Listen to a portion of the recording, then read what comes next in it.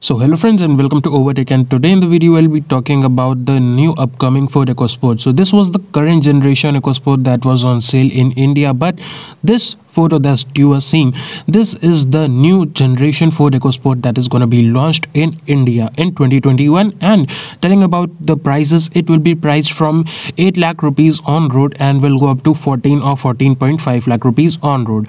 Now it hasn't got any updates from a quite a lot of time, and due to that its sales are decreasing day by day. This was the second generation and prior to this was the first generation.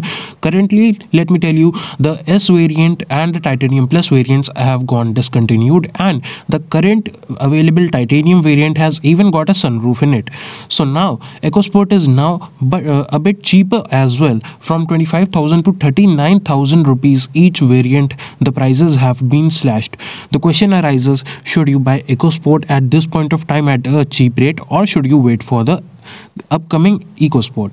Let me tell you, if you get a bit of you can say affected by the new cars, means if someone says to you that, oh, why did you buy it, you should have waited for the new version, or you want to be updated each and every time, and it affects you if people say that you are driving an outdated car, it affects you, then you should not buy the current generation. If it doesn't affect you, then definitely you can buy, else you can wait for some time, because an active edition is also going to be launched like the S edition. A new active edition is going to be launched of Ford EcoSport, and it will be 2030 or approx 50,000 much more expensive. It will be approximately like the S variant only.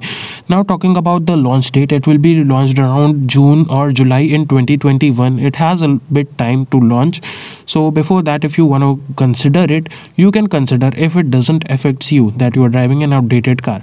Thanks for watching the video. If you like the video, please subscribe to the channel and press the bell icon so that you don't miss any update.